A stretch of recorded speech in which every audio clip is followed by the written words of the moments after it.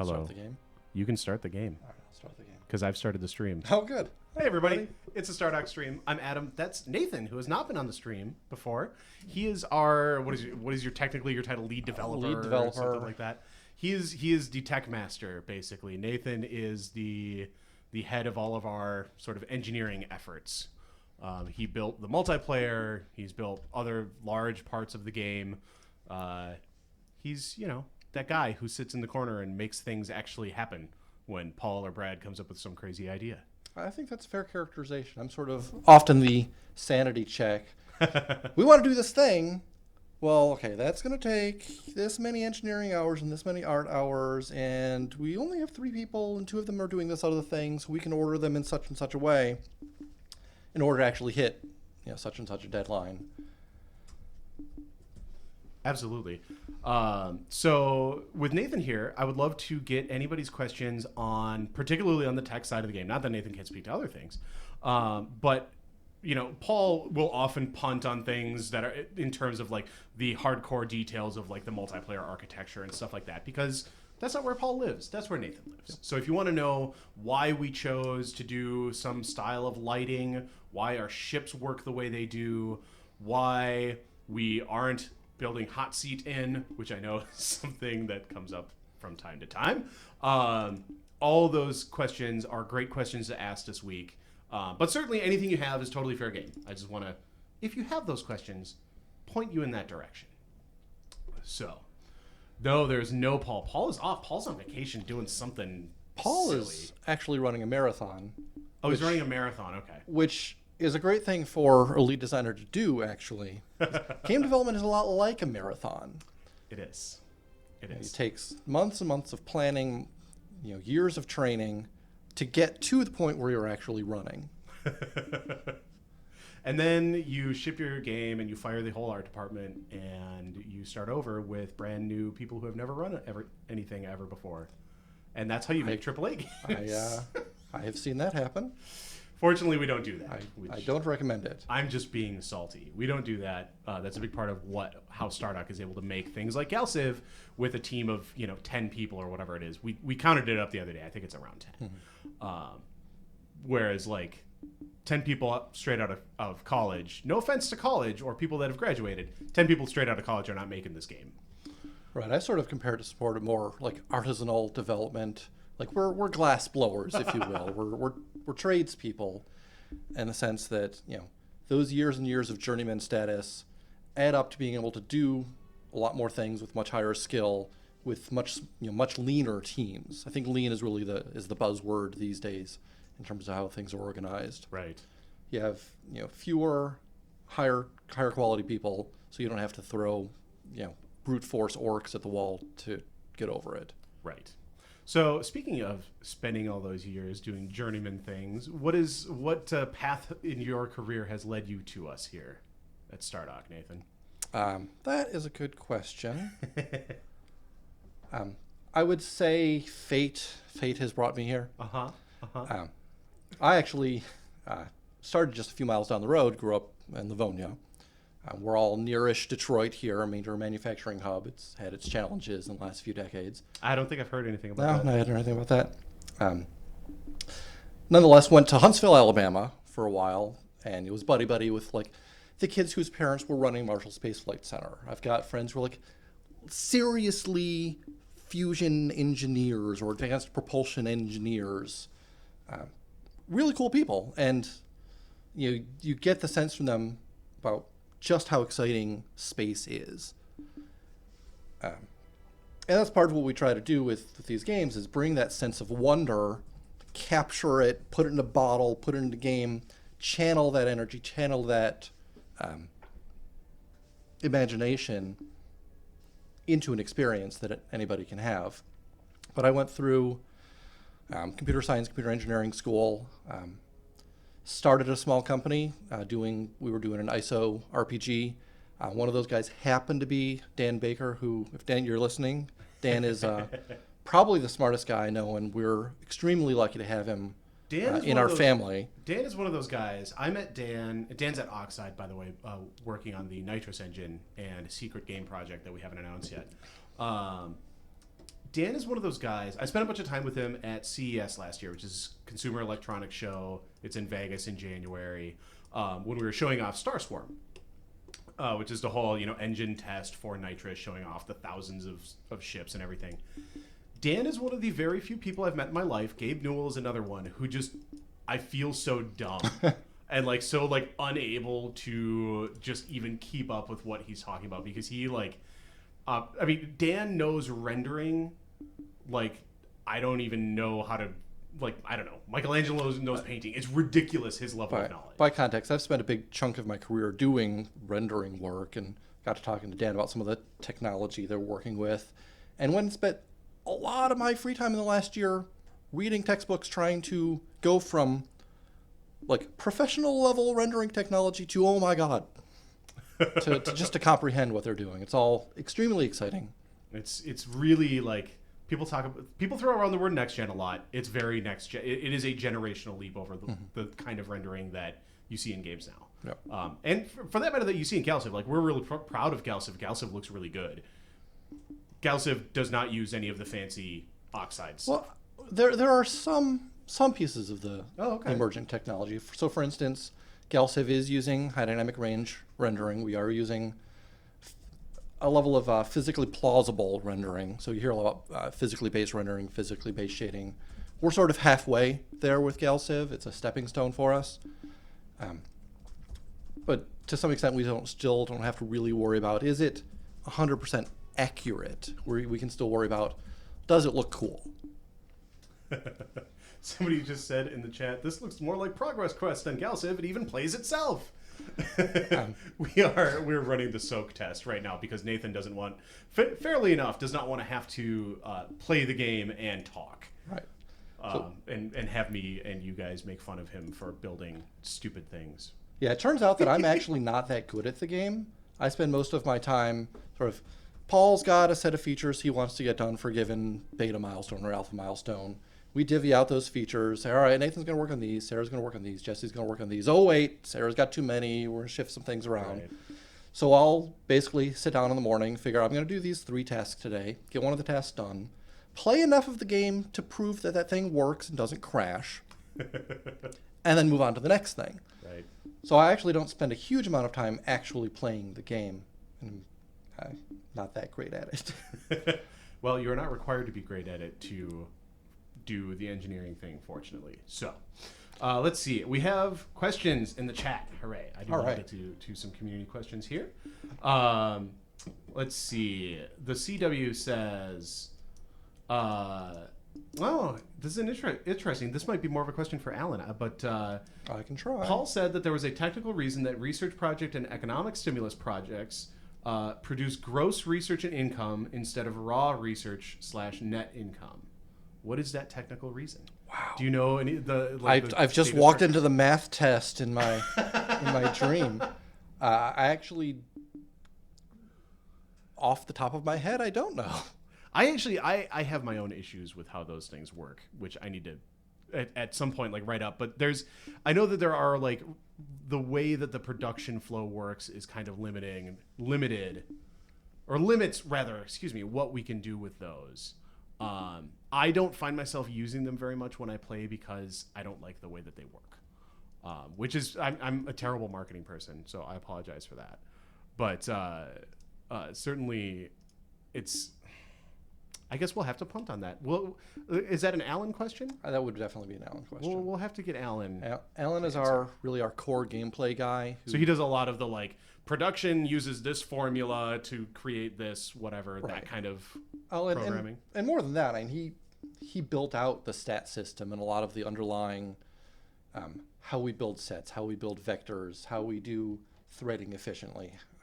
Sure. That are the core of gameplay. And because he has that really the deepest knowledge of the gameplay in the studio, he also is doing a lot of the AI work.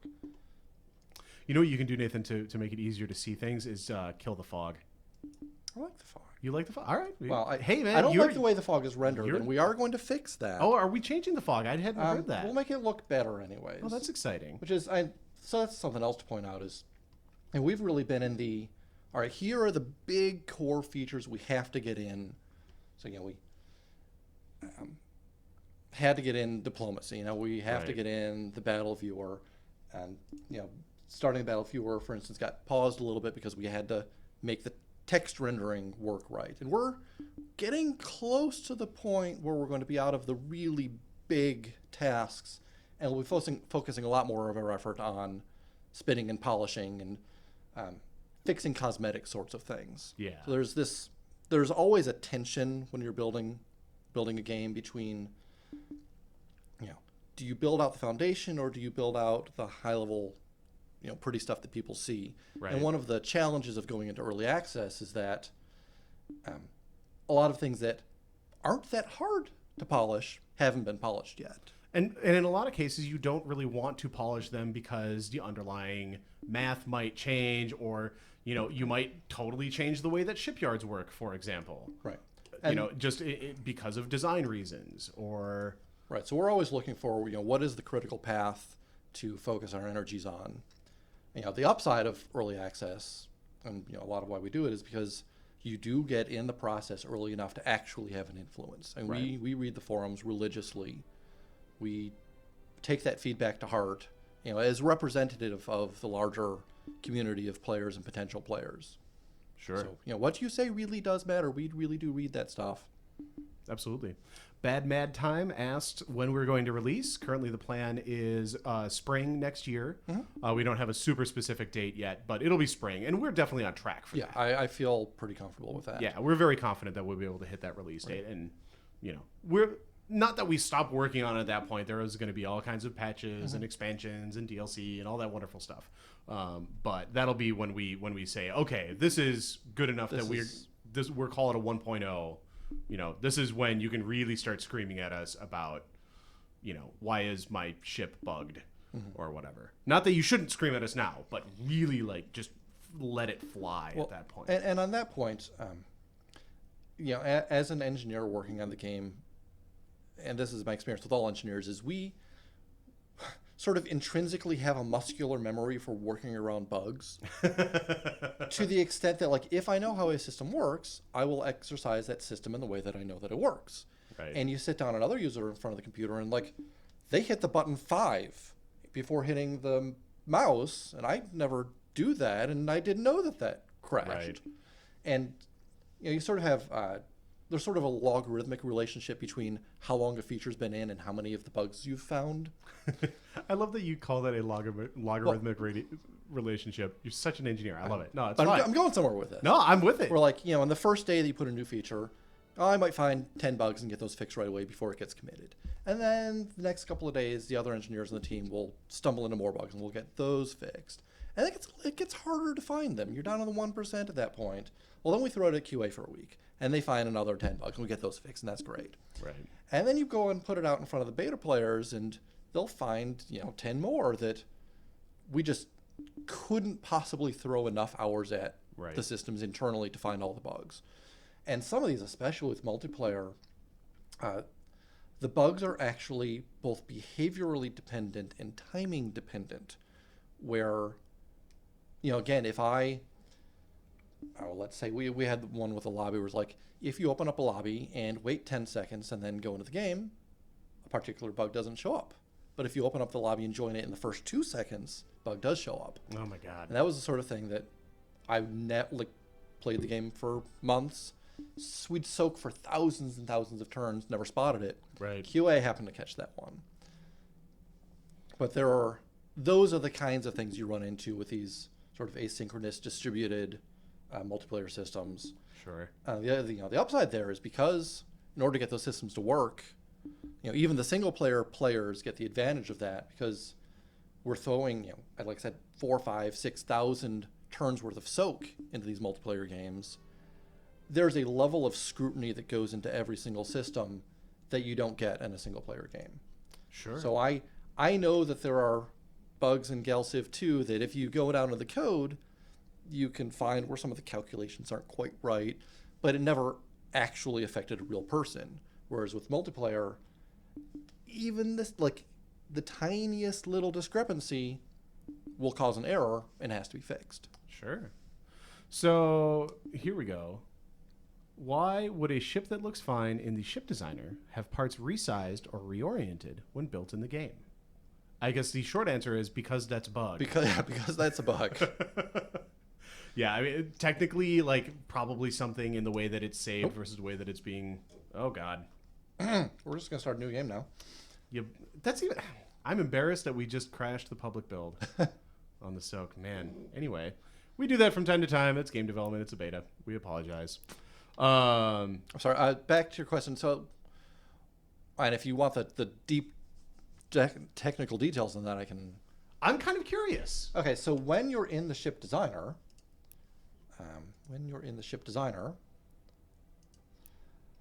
each of these pieces is represented independently of each other. Each one of those is a separate mesh. Okay. And because we have a constrained environment, we can throw 300-400 meshes on the screen and it's not a big deal. With current gen rendering technology, you can still really only get, I'll call it 5,000-6,000 objects on the screen at once. Okay. And by object, you mean like Discrete meshes. each individual ship part counts as an object there. Well, if we had each individual ship part as a separate mesh, then yes. Okay. Okay, so one of the clever tricks that Jesse's primarily responsible for this that we've come up with is that we actually take all of those meshes on a given ship and we merge them into one larger mesh, and there's actually a skeletal system underlying that. And we actually take it one step further where if you've got, let's say, 10 colony ships, we actually render all of those colony ships as like one mega object. And that's what allows us to get, fairly large object counts on the screen. Not preposterously large like with nitrous, but pretty large. And so as a side effect of that, we actually render things differently in the ship designer as on the main map. So it's really just hunting down those bugs and making sure that mega mesh is created properly is what it sounds like. Well, yes, and when you find those kinds of bugs, please put in a support ticket, because having the test data saves us so much time. And that's like actually having the crash, or not the crash data in this case, but that ship design. Yeah. And so we love it when people send those actual like game files in. Oh yeah, save game files are gold. Absolutely. Like the number of hours it would take us to find all of the possible errors is enormous. The number of hours it takes us to riddle out a textual description of a bug is still high. Oftentimes, if we get a save game that demonstrates a bug, we can fix that bug in 10 or 15 minutes. Sure. Because it demonstrates the case. We can pull up the save game. It'll actually find the line of code that's failing. And that's amazing. We absolutely love to get those. Sure. Please submit your bugs. Autosaves for ship design are a must-have, says one of our users. Is there any reason we can't have autosave while you're of like every 3 minutes or every 5 minutes or something inside the ship designer? No, that's a good idea. And That's a totally good there's idea. nothing inherently hard about that. That would Ray, be... put that on the bug list, please. You see, you go. straight from you guys into our task list, just like that. That's right. Ray's actually watching the stream. I saw him in the chat earlier. So I know. Excellent. All right. Does multiplayer work? Multiplayer should work. We're always working on it. Yep. We're saying one of our users in the chat here says, last time I tried to play with a friend, it's been buggy and crashed. I would say that typically the stability in multiplayer lags the stability in single player, just because those bugs are so much harder to find. I would also say there are definitely some bugs in it. For instance, it's very sensitive at this point to timeouts. But we regularly play in the studio, to multiple hundreds of turns. So yes, it does fundamentally work. It's probably buggier than the single player experience, and we're still working on it. So one of the questions we get a lot is, I want simultaneous turns. But what we do is we have what we call simultaneous planning, sequential execution. Right. Can you explain that? I explain it to the best of my ability whenever it comes up. Okay. But I would like you to explain why we chose that and how it works and what the sort of goal is of the system. Fundamentally, we do that because that preserves the game of GalCiv, which is inherently, it's a strategy game. It's not a Twitch game. So we don't ever want a case where two players are both clicking on the same. They want to colonize the same planet, and it's a question of who clicked there first. Right. So there's the underlying game design reason. The second reason would be, well, it's easier. From a technical perspective, we have a finite amount of hours that we can throw at multiplayer development, and it is easier to do that than to have pure simultaneous play. But really, if it weren't the game design reason, we would solve the hardness problem. Sure. There you go. Let's see, what else do we got? Sorry, I am behind on the chat, which I apologize for. Everybody's arguing about meshes and crashing and things. What is GalCiv 3 adding to GalCiv 2 as a hardcore player of GalCiv 2? So much stuff. This is a question that comes up, and we... I don't know how many times I can answer this question, but, not everybody watches every stream. I understand that. So big things are, it's way bigger. It looks a heck of a lot better. Ideology is a big thing. If you would pull up the ideology screen, this might crash the soak again. Or it'll get you into the pop-up queue. We'll find out in a minute. Ideology is you get different perks for benevolence, pragmatism, and malevolence, and they do crazy stuff. And we're still working on them to make them even better and whatnot than they are. But stuff like free fleets and like crazy approval bonuses and like you can't be attacked for 100 turns. I don't think it's 100. I think it's like 30. But like crazy stuff that you get out of the ideology bonuses that are much better. Gosh, I mean, so many more events and colonization events and random events. The vastly improved ship designer and I mean, again, the graphics like it's easy to like look at screenshots that are cut down to 400 pixels wide or whatever and say like, oh, these are both games in space and they got spaceships and planets and they look the same. But like, I honestly I am blown away that anybody says like this just looks like GalCiv 2 because it looks so much better. It looks so absurdly much better that it makes my head explode.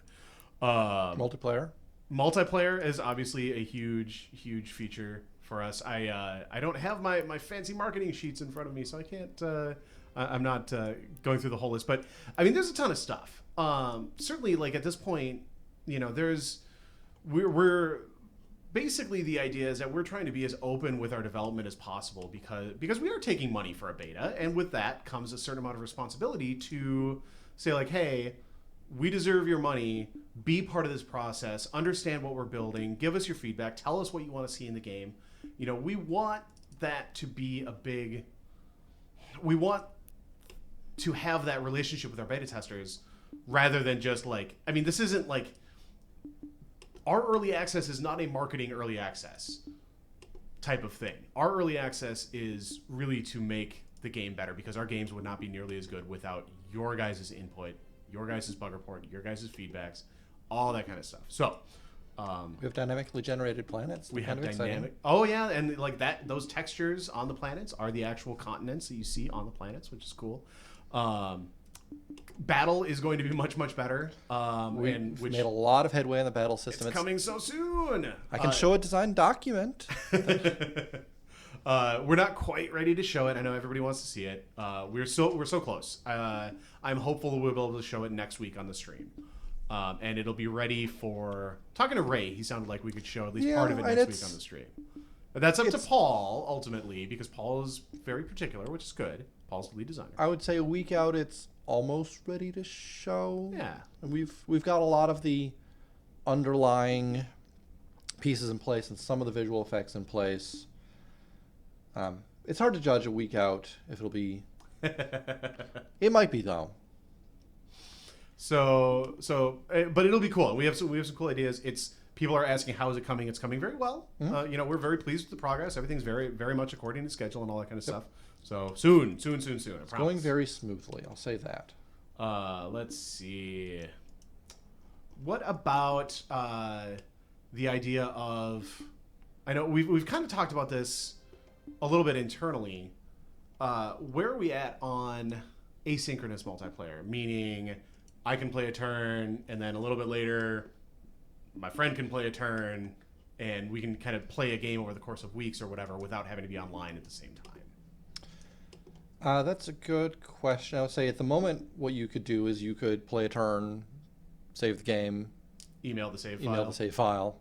Now, is there any reason we couldn't build a nice way to do that from within the game? We could certainly make that more convenient. Because like I play Civ 5 multiplayer using a third-party client called Giant Multiplayer Robot, which is this is not a new thing, and that makes it a really seamless, experience to play by email. I mean, you still have to exit the game, load the game, blah blah blah blah blah. It's not totally seamless like it would be if it was actually built into the game, but Well, I would say that the underlying systems could work with that.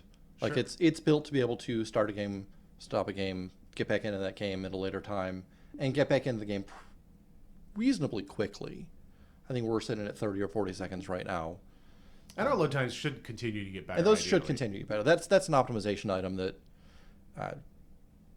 we still have some levers to pull there. Sure.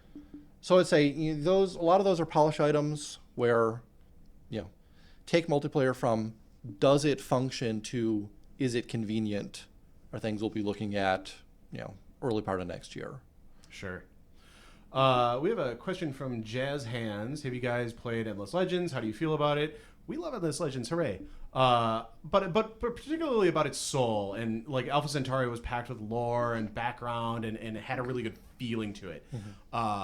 This is something I feel very strongly about because I am a huge 4X player, and Alpha Centauri is one of the greatest games ever made, and continues in my mind to be the gold standard when you talk about personality and soul in a strategy game. Because they did such a great job. In particular, like Brian Reynolds was just inspired because Brian Reynolds was a designer on that game, and he also wrote the vast majority of it. Conceived of the whole thing. Like he was just inspired. If it was Dwarf Fortress, he would have been, doing crazy things, locking himself in a workshop and making some crazy item. But the short answer is we hired a full-time writer. And we're really trying to make sure that there is a little bit more to it rather than just a series of one-off jokes about, ripped from the Hitchhiker's Guide, which Brad is going to slap me if he ever hears me say that about Galciv. But He's probably listening now. I certainly hope not. But I mean, like, Galciv has always been fairly irreverent and kind of, snarky, and it's meant to be more of a humorous game than something that plays itself very straight. Other games, I would say in general, games tend to play it straight because humor is really hard to do, and whether or not you feel like Galciv has done it well in the past or not. But Chris is our writer. He does amazing work. I mean, the fact that we have a full-time writer is such a huge difference versus what has been done in the past, which has been Brad and Paul sitting at a restaurant and scrawling jokes on cocktail napkins, and those being what makes it into the game. And we continue to improve that. We continue to work on it. I mean, it's like I said, I feel very strongly about it. It's always been a criticism of Stardock that Stardock's games feel soulless, right? They feel like a game and not like an experience. And that's something we're very aware of that we're trying to improve on. And from my perspective, we absolutely have improved on that in a big way with Galciv 3 and also with Sorcerer King. And I mean, ultimately, what I think doesn't matter. What you guys think matters. So I guess the short. Ideally, tell us what you think in the forums. Tell us if you think if you think that the soul of the game comes through, if you feel like the factions have different personalities. We're doing a lot with the individualized tech trees that go a lot further than individualized tech trees in the previous game did, because we had individualized tech trees in the second Galciv expansion. What we're doing in Galciv 3 should be going farther. I don't know whether or not it is. Again, as a judgment call, and if we're not hitting that goal, please tell us. But, I mean, that's what we're trying to do to really make the Drengen feel very different than the Altarians, very different from the Kryn and the Yor and everybody else. So, I mean, we're we're aware and we're working very hard on that very problem. So that's my long-winded answer. Is there some effort to make technology upgrades more interesting than in Galciv 2? AKA different effects, not just Laser 2 does 5% more damage than Laser 1, etc. That's what we were kind of talking about. Honestly, the individualized tech trees help a lot with that because then you can have things like the Kryn picking their different kind of religious modes and getting different bonuses based on that and different buildings. Each race getting its own buildings for certain things. That's certainly the goal. Again, is to not have those percentile increases. Now, to some extent, you're always going to have those because that's the nature of this. I mean, the design is never going to completely get away from those, and it's not like it's bad to have particle beams do more damage than lasers, right? But what I certainly want when I look at tech trees, and again, I play a ridiculous amount of 4X, is to have sort of those landmark techs, right? Like nobody is upset at getting better factories in Alpha Centauri or whatever, but they remember getting the thing that lets you. I'm trying to remember what one of the landmarks in Alpha Centauri is now, but like Civilization does a great job of it, right? Because you always remember like gunpowder, like, oh my god, I got gunpowder, now I can build guns and shoot everyone. This is amazing, right? That's a landmark tech, whereas something that gives your farms +1 food maybe isn't necessarily, although that is also super good because of the way Civ works. But having those things so you don't just feel like you're adding a series of 5% bonuses, you feel like you're getting new awesome stuff. I mean, that's the goal. Again, judgment call whether we achieve it. If we're not achieving it, please let us know. Let's see. Another vote for combat viewer discussion. You guys. Are neutral still the best option thanks to Free Terraforming and Neutrality Research Institute? It's talking about pragmatism, I think, which is one of our ideologies. Pragmatism has been kind of historically overpowered. That's really a Paul question. That is definitely a Paul question. I know he's got a ton of ideology changes coming. I can tell you a little about how like dependencies in the trees and the data are determined. But I don't think that's as exciting. I mean, we're aware that pragmatism is overpowered in the current build.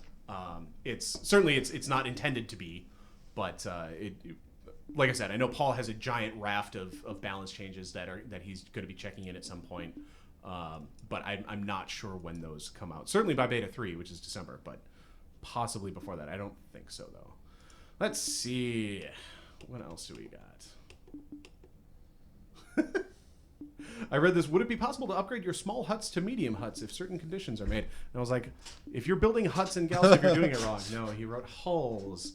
That would be weird to upgrade hull sizes because they're kind of orders of magnitude different. And certainly, I can tell you as the code is implemented, upgrading works within a hull size. Right. Why no hot seat? I told you this was going to come up. This always comes up. That's really a question for Derek. The answer, as always, is because it takes time to implement and it doesn't seem to us like the audience is there for it.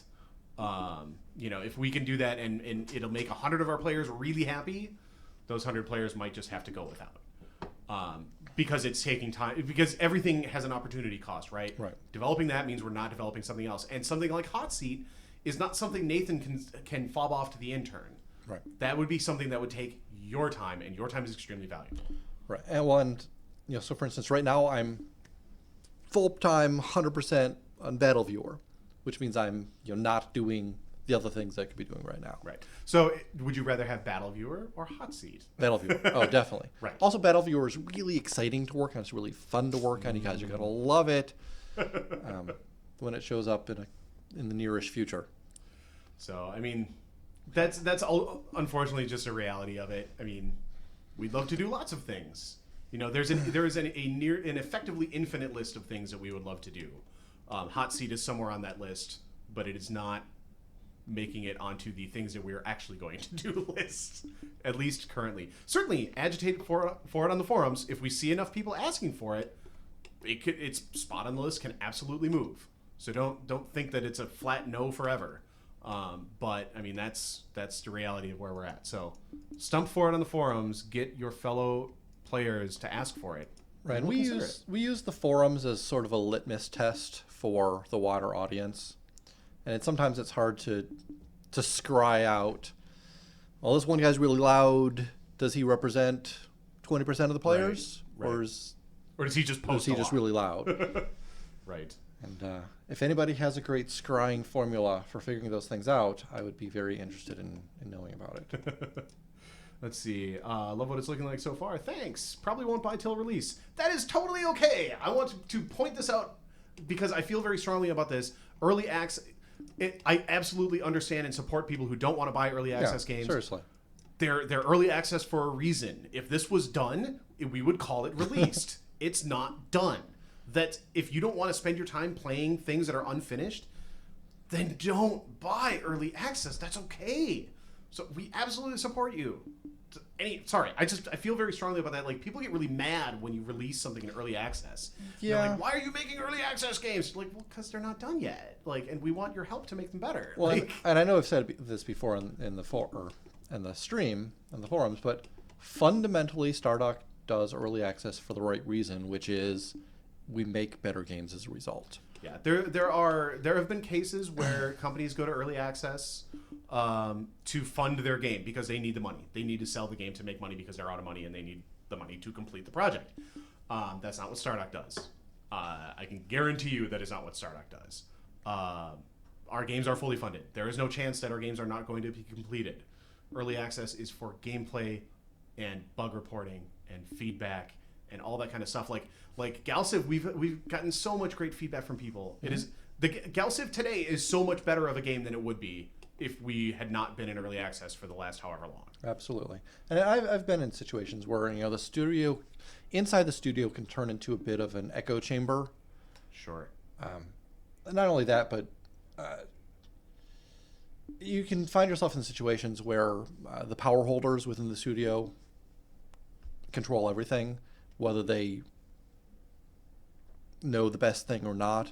Whereas when you go into early access, when you engage the customer,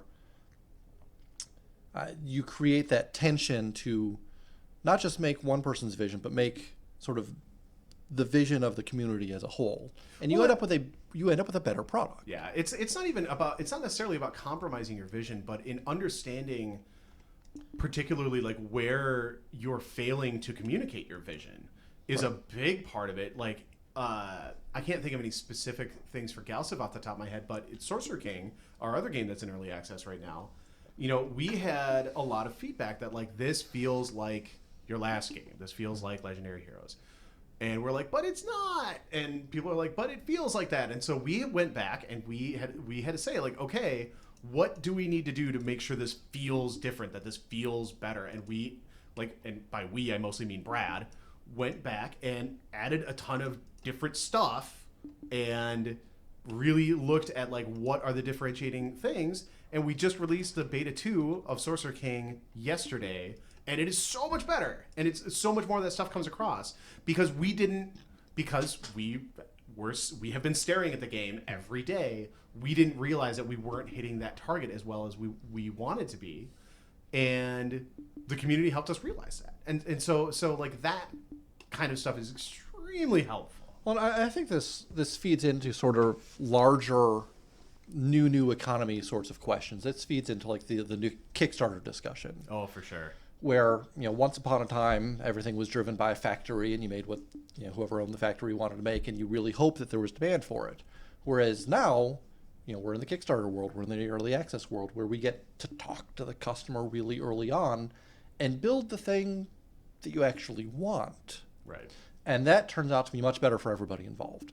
We don't waste a bunch of time building the wrong thing, and you end up with something that you actually want. Right. So yeah. All right. Any plans to implement random variants on planet bonuses? For example, breadbasket could be a range between 25 and 50% growth or whatever. I don't know. I would say that sounds like 20 or 30 minutes worth of engineering work. Yeah, not so a it's ton. really that's a design question. Yeah, because I don't know. I don't think we support that currently because it's all in the XML. We don't have like min and max values or anything. We just have breadbasket gives food plus 50 or whatever. is the way it's implemented right now, but That's not there's hard nothing inherently hard about that. Yeah, so that's really, I guess, a question for Paul. It could be kind of interesting. I don't know, like, again, this is me just kind of talking in a discussion format because I'm not the lead designer, so don't, crucify Paul on my words by any means. I don't know that like 30% breadbasket versus 50% breadbasket feels that different to me. I think that what the better option might be to just make sure that breadbasket feels really different than shielded, feels really different than artifact, to make sure each one of those things feels very different. And then on top of that, you have your civilization bonuses. On top of that, you have the way the hexes spawn, so how you are able to use adjacency and planetary bonuses and stuff like that is probably ultimately how the planets are going to feel different from each other. Going back a ways, somebody had asked the question of Galciv 2, Galciv 3. Have you looked at these tooltips? These tooltips are great. They are really good. They're so much better, and we have a lot of work to do still on tooltips too. Although no, sorry, I've been living in Sorcerer King for a while. Sorcerer King has a lot of work to do on tooltips. Galciv's tooltips they've made some pretty good progress. Yeah. There's a lot of stuff, and that's very important to a game like Galciv that has a lot of different modifiers that go into why am I getting 15 points of manufacturing out of this planet. It's really important that the player is able to understand where that number comes from, and the tooltips are how we do that. And boy, are those so much better than they are in Galciv 2. Let's see. Of course, one of the big challenges as a developer, knowing how all the systems work, and being in the game all the time, is we don't know the things that aren't obvious. Oh yeah, totally. Yeah. That's like I had this discussion with somebody just recently, a friend of mine who was playing, and he's like, man, I looked at the tech tree for like 15 minutes trying to figure out how to build a mining module on a starbase. I'm like, oh, well, you have to send another constructor to the starbase, and then you can build a mining module. And he's like, oh, that makes total sense now that you tell me. Yeah. Right? And it's stuff like that where it's like, but that's how it's worked since Galciv forever. Like, how do you not know that? It's like, well, because not everyone has played 500 hours of Galciv, so we need to... Although you would be shocked at how many players have. I would not, as a matter of fact. And like I said, I have some really, truly stupid number of hours playing 4X of all kinds. So let's see. Which is, of the various Galciv races, which is Miriam? That's a reference to Alpha Centauri, Miriam of the Believers, who the pink plague. She was very aggressive. She kind of made Montezuma look like, I don't know, a friendly puppy.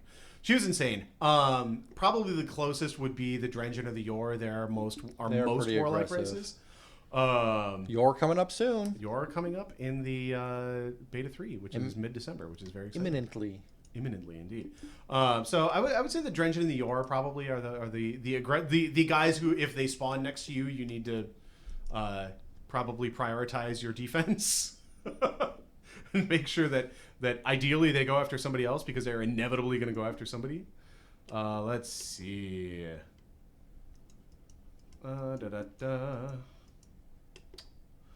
I don't care about Soul. I want a game that's challenging because the AI plays well and the UI minimizes micro. Well, those are things that we are certainly very good at. So I'm not concerned about that. The AI, it's still baby AI right now. I know we've got some decent stuff. It's getting more and more sophisticated. Yeah. There should be, I think, some pretty decent improvements in Beta 3. Mm-hmm. And again, that is going to keep getting better and better and better. And that's one of those things that we're going to pivot to a little bit once we're a lot closer to content complete. Because it's hard to spend a ton of time on the AI, managing its planets when you're still doing a lot of changing of the way that planets work. For example, not that I don't think we're reworking planets anytime soon, but as an example, let's see. AI is getting a lot of attention now and will continue through launch. Boy. There's too much chatting going on. Not enough questions. You know what would actually be helpful is if people would tag Stardock in the chat when they have a question. If you just type the @ shift 2 and then Stardock, and then ask your question, it'll pop it in the chat for me. So if you can try to do that, that would be awesome. That's not going to help because I'm still 10 minutes behind in the chat, so I apologize for that. Do we have an idea how combat will play out yet? Oh my God. Yes, we do. You don't. Haha. You will soon. Let's see.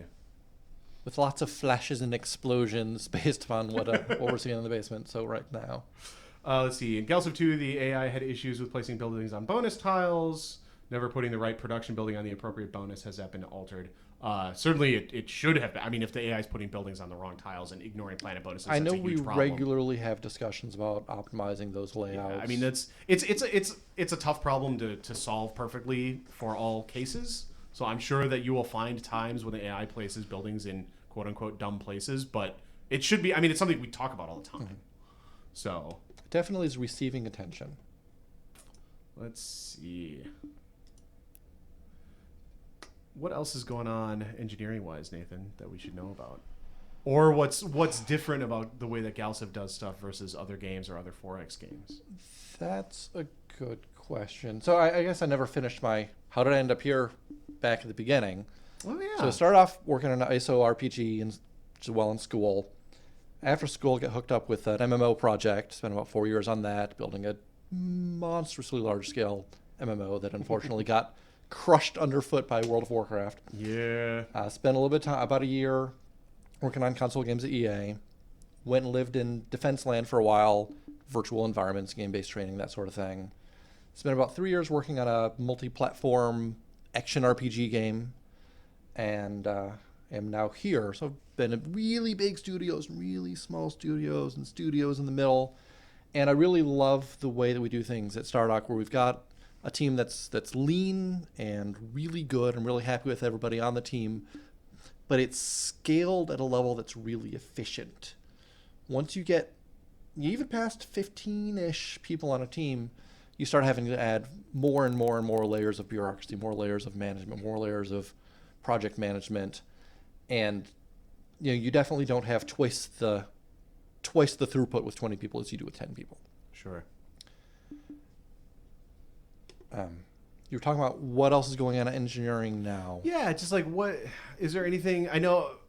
And the battle viewer is consuming all of my thoughts at the moment. What are the here? Let me ask you this: What are the what's the progress being made to enable more bigger maps and crazy 100-player games? Probably the biggest thing that we're doing there, or we'll be doing shortly there, is just more efficient data structures for representing the maps. Okay. So that's still a little ways out. So I don't want to speculate too much on that. It's not exactly a cut and dried question because it's all like. Well, yeah, it's a question of you build the system in a good way, then you look at where are the inefficiencies, where is it worth putting the optimization effort, and I think it's fairly clear at the moment that the place that's worth putting the optimization effort is in memory usage. We've got a lot of very large data structures that could be built in a more sparse way, without getting into the bloody details on that. But absolutely the wrong way to approach development is to make every single piece of it as efficiently as humanly possible and take 10 years to get there and then realize that you've missed your market opportunity. It's much better to build out a system that works, build the pieces that fit together, sort of the gear works, if you will, and then focus laser-like effort on the 5 or 10 places that actually need that attention in order to dramatically improve performance. Totally. Let's see. Will it be possible for you to fix ship designer bugs? So people are seeing their meshes being built incorrectly, or other stuff. Will those bugs be able to be fixed without breaking those designs? Or will... I would certainly think so. And I think if they are showing up correctly in the designer, then there is a correct version of that data. Okay. So hopefully your designs won't be totally broken. Yeah, and we're going to a lot of effort to try to maintain compatibility in the ship designer. I'm sure that there will be at some point in time where we drop the ball on that, but we're trying really hard. Sure. Hamelmack has what is definitely a Paul question. I don't actually even know the answer to this because we haven't talked about it a ton recently. What is the thought behind making late game interesting and not boring mopping up? That is a classic 4X problem that various games have handled in different ways. I'm not really sure what Paul's plan is. I know it's something he thinks about, and I know that we have a plan for it. But I'm not. I honestly can't answer that question. I think some of the late game techs address some of that. Yeah, I think that's part of it. Like things that blow up planets, or things that flip planets, or things that do crazy UP effects, like give you a bunch of extra votes or whatever, or suppress other people's votes. Like so, hopefully that'll be part of it. But that is very much a Paul question. Yeah, and it's absolutely worth discussing. I would suggest make a big old thread and people will talk about it because Paul loves to read those forums. And come back next week and ask Paul. And come back next week and ask Paul. And bring your friends. Who is actively working on the AI? That would be Alan. Yes. Yeah, Alan. Well, I would say it is definitely the case that Brad has his fingerprints on absolutely everything that we do, especially the AI. So especially Alan is regularly in deep, meaty conversations about best practices in the AI, how to approach problems with the AI. But in terms of, who's in it every single day, Alan's doing a lot of that. Yeah. And it's a lot of, like, Larson X has been asking, who's one of our great posters, and we appreciate his support, asking a lot about the AI because, it's still kind of baby AI in the build that you guys have. That's one of those things where, like, alongside the balance changes, like, we could patch right now and get a bunch of AI improvements in and a bunch of balance improvements, and you guys would totally have a more fun game to play. We could do that right now. The problem is every time we do that, it takes up a bunch of QA time. It takes up a bunch of engineering time. It literally delays the game every time that we do that. Well, and this gets back to the question of doing early access. And there is a struggle in game development called demoitis. And I've seen this happen on an enormous scale where everybody can focus really, really hard on getting that E3 build out the door, which is great because you need it because you want that attention. As your marketing guy, I love that E3. But what you end up doing there is you end up wasting a month of everybody's time making that one build. And then you've got to go in afterwards and say, we shortcutted all of these things. We put in a bunch of hacks. And maybe we realize 6 months later that this system is broken because we put in a hack that somebody forgot about. Who may not even be at the company anymore. And that ends up making the stick of getting the game out the door for real longer. So there's constantly a trade-off between short-term goals and long-term goals. Absolutely. And we do operate small. We do operate lean. We have to be efficient about the way we spend our time. And one of the ways we do that is by batching a set of logically coherent things together and focusing a lot of attention on diplomacy, focusing a lot of attention on battles. And because we're always working on bug fixes, and Alan's always working on AI, and Paul is always working on design and balance, you sort of get that snapshot, like those get merged in when we do that build, when we're ready to show diplomacy, when we're ready to get the combat viewer in, so that it just makes more sense for us to get those, to have that release kind of share a time frame. Right. And those are more continuous improvement as opposed to the big granular pieces that you see in some of the other systems. Right. Yeah, I mean, literally we could patch the AI on twice a week and improve it, but again, we wouldn't be doing anything else because we'd be locking builds and branching them and sending it to QA and everything else. And so it is kind of enormous hassle every time we lock the build. Right. So it's not that we don't love you guys, but it's just kind of the pattern of development and us trying to make sure that we're using our time as best as we can, to get the game actually freaking built. So let's see. Good thing we're funded fully through release. I agree. That's a wonderful thing. Yeah, it's a good feeling. It is a good feeling. For sure. All right, it's time for the lightning round. So if you have any quick questions, not any deep philosophical ramblings, throw them in the chat. Bring your deep philosophical ramblings next week, and we'll be happy to address them. I want to get to some stuff that was posted in the forum. Will we eventually get special artwork for each of the planetary colonization events as well as the galactic events? Funny you should ask. I actually was just looking at some of that. We'll be getting some of that. I think some of that's going in beta 3. A great deal of that content now exists. I don't know that it's going to be unique for like literally every single event because we have a ridiculous number of events. But there will be a lot more art in. Yeah, it was never the plan to have that same planet horizon. And that sort of gets back to the tension between get all the core systems in versus polish things. Right. And we're at that point now where we're starting to shift gears between, okay, most of the big systems work now. let's make things really shiny. Right. Another question: when colonizing, can the map background be dimmed? It would be nice if the game would focus on the thing that you're colonizing, show you its stats, all that kind of stuff when you're doing the colonization event. We absolutely agree. That's something that has come up before, and I know is somewhere on. I believe that is on a list. It's on a list somewhere. I don't know when it's going in, but we agree it's annoying. Let's see. Will there be cinematic cutscenes for things like first colonization, first Starbeast, etc.? Golly, will there ever? Yes, and they're really cool. I love these are my other favorite questions. These are like, hey, just lobbing in softballs. Like, hey, are you guys going to do this awesome thing that you were totally planning on already doing and is mostly done? We are. Yes, we are. I've seen the list. There's a ton of cinematics. It should be super cool. And we have a ridiculously talented cinematics team building those things. We love our cinematics team. We love them so much. Can buildings that are one per planet or one per empire state that in the tooltip description? That is an excellent idea. They absolutely should. That would be something for Sarah, I suppose. Ray, put that on Fogbugs. Please. Ray, put it in Fogbugs. Let's see. See, just that easy. When will we get Brad full time on AI? I don't know. I know Brad has time scheduled for the AI. I can't speak to that. A lot of what Brad is actually doing in the day to day is directing Alan. I think that's accurate. Yes. And a lot of like, hey, the AI should do this in this situation or take this into account, and then Alan codes it. Right. For example, is kind of a lot of what happens. So Brad gets to do the fun part. What's that? Brad has his fingerprints all over. Absolutely.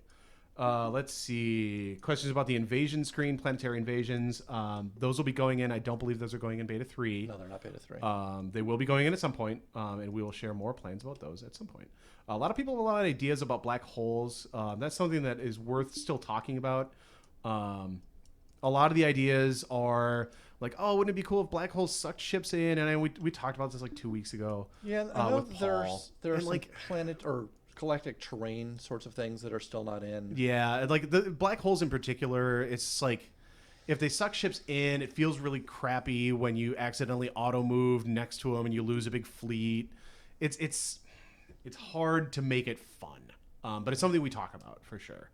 Will research be carried over from project to project? Like if you have 10 research points left in a project, but you're generating 100 research per turn, that other 90 currently vanishes into space, I believe. That sounds like a bug. I think that's a bug. That. I think that the intention is that it carries over.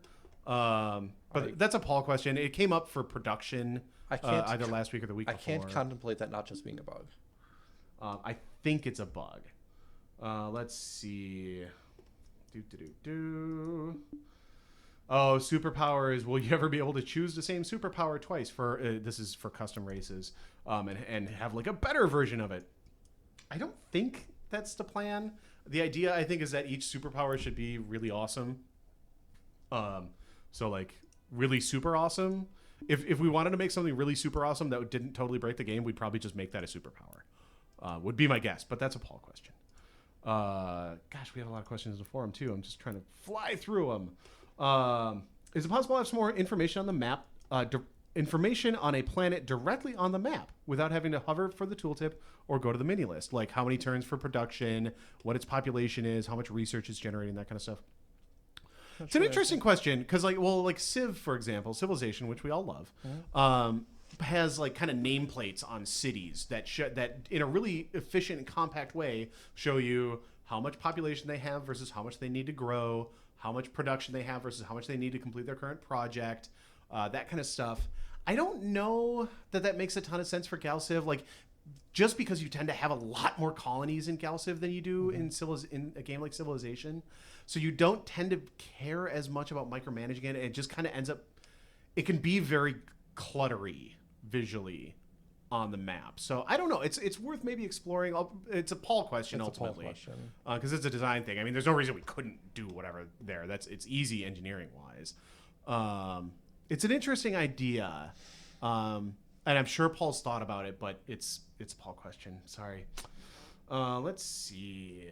Diplomacy UI stuff. Yes, diplomacy UI is getting a lot of help. Let's see. Espionage is for an expansion. Yep. Pirates will be coming, I think Paul said in beta 4. Probably so, because that's all tied into the custom factions. Right, and so pirates are definitely a thing.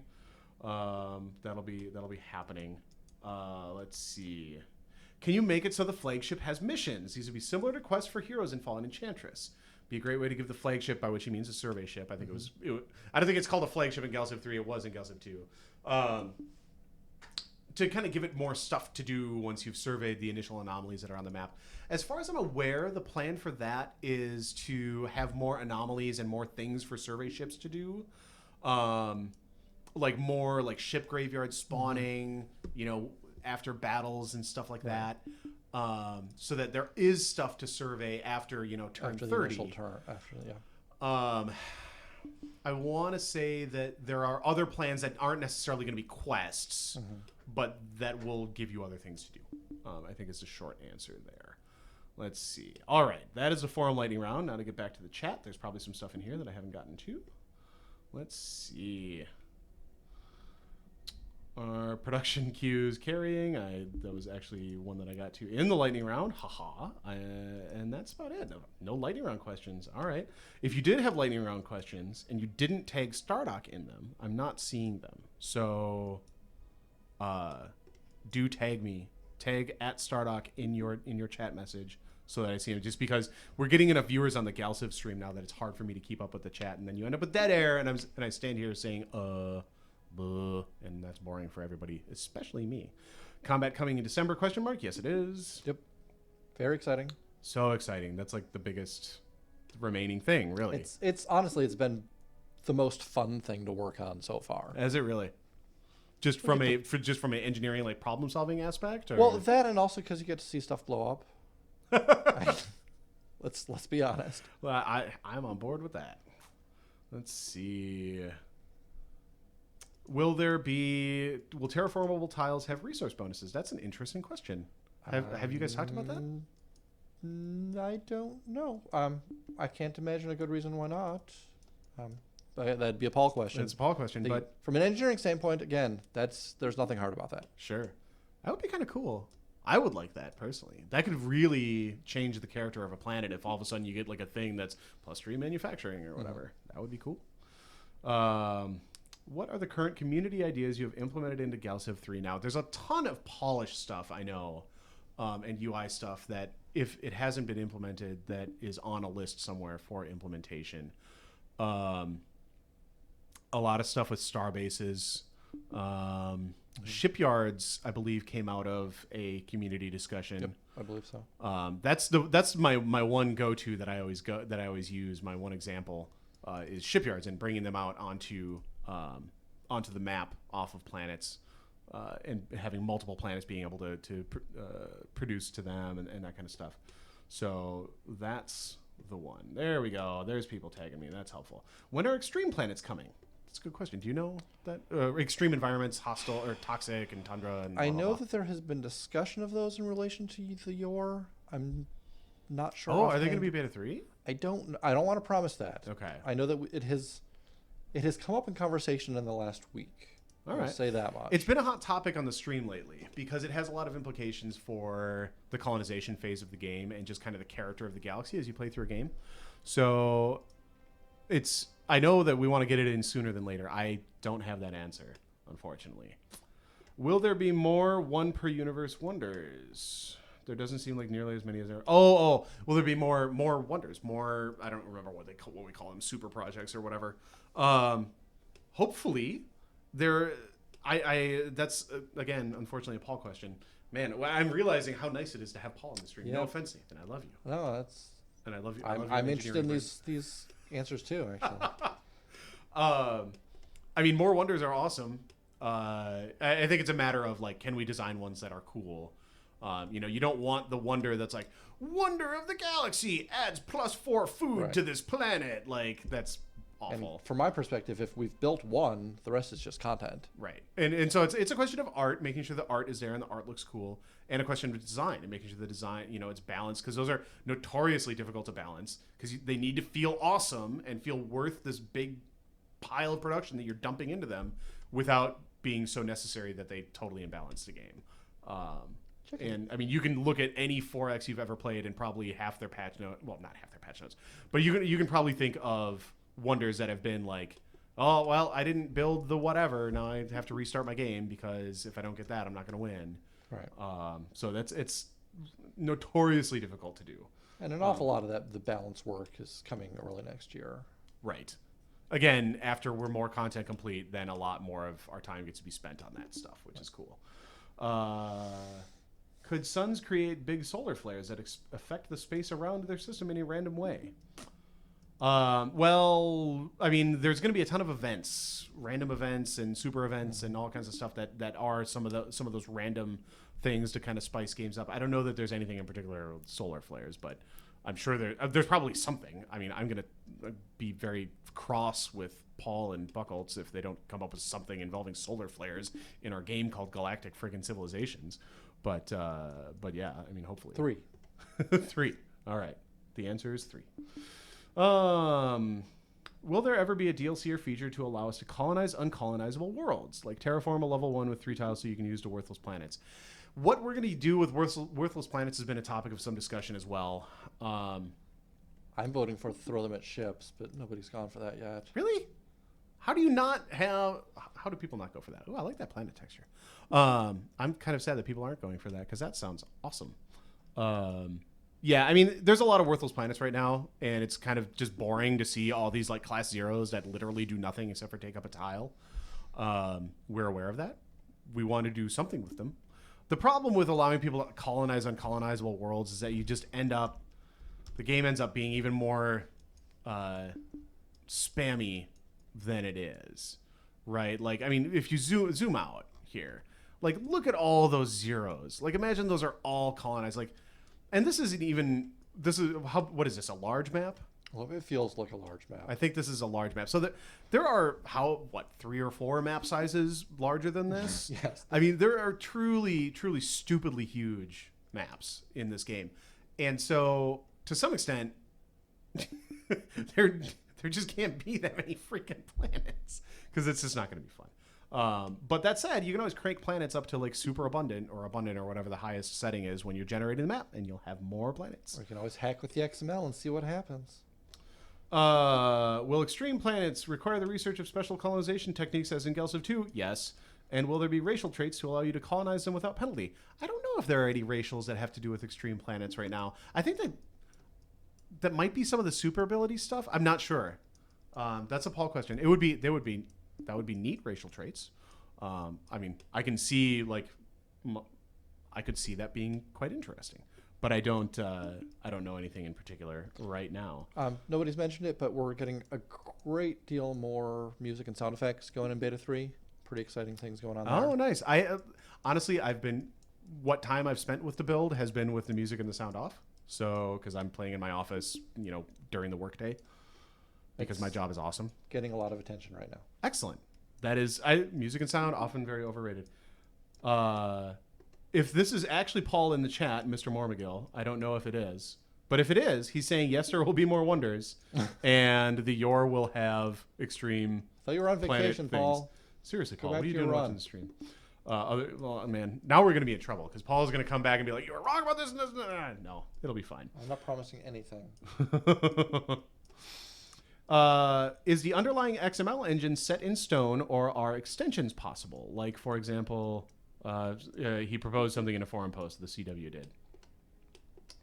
I don't know. We go to great lengths to make all of that very flexible, is what I'll say. All right.